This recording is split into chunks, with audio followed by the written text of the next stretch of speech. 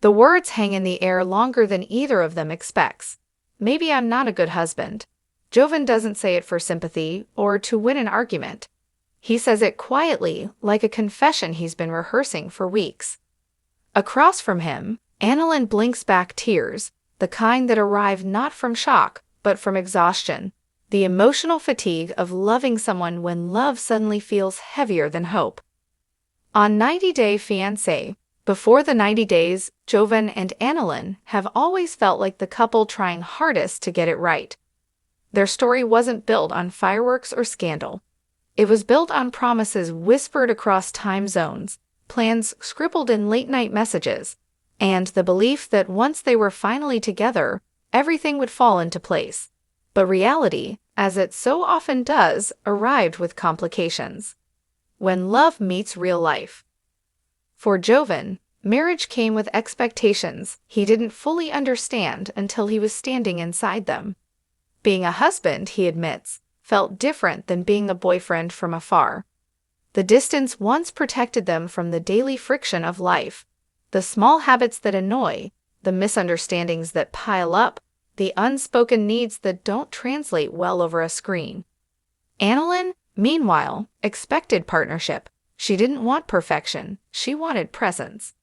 What she got instead felt like emotional absence. Jovon worked, worried, and withdrew, convinced that providing stability meant carrying everything alone.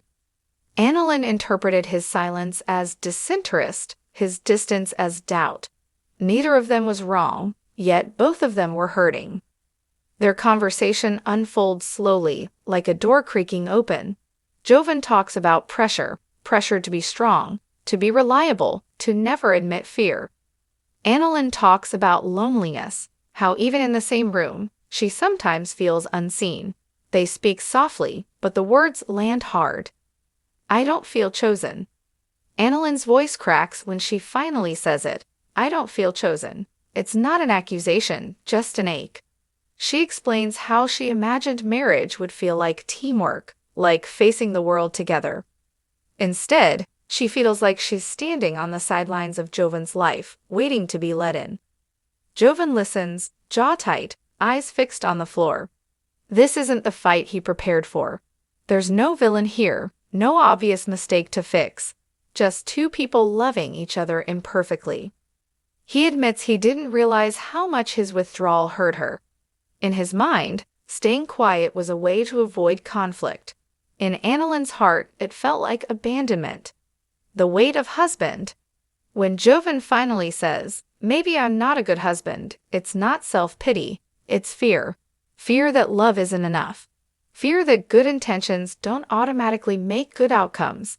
Fear that he's failing at the one role he wanted to get right. The moment shifts the energy between them.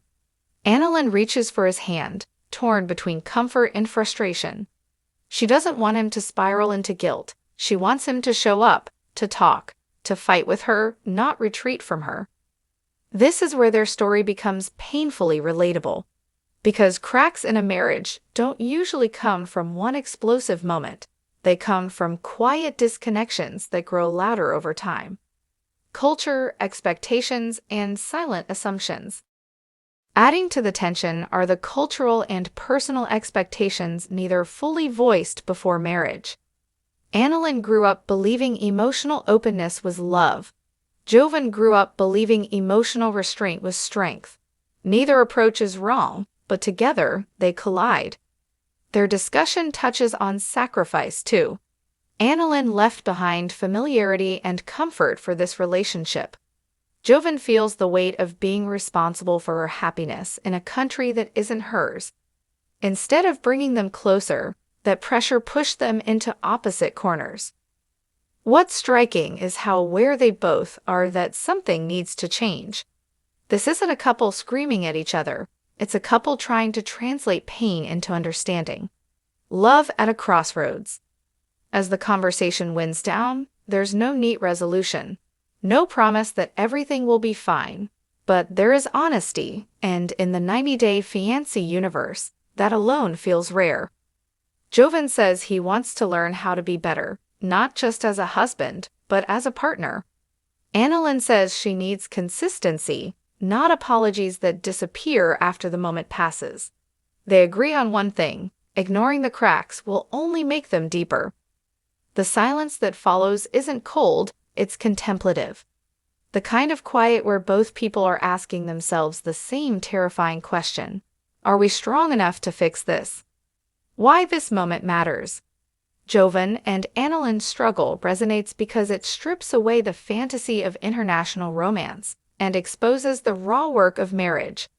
Love doesn't end when the visa is approved.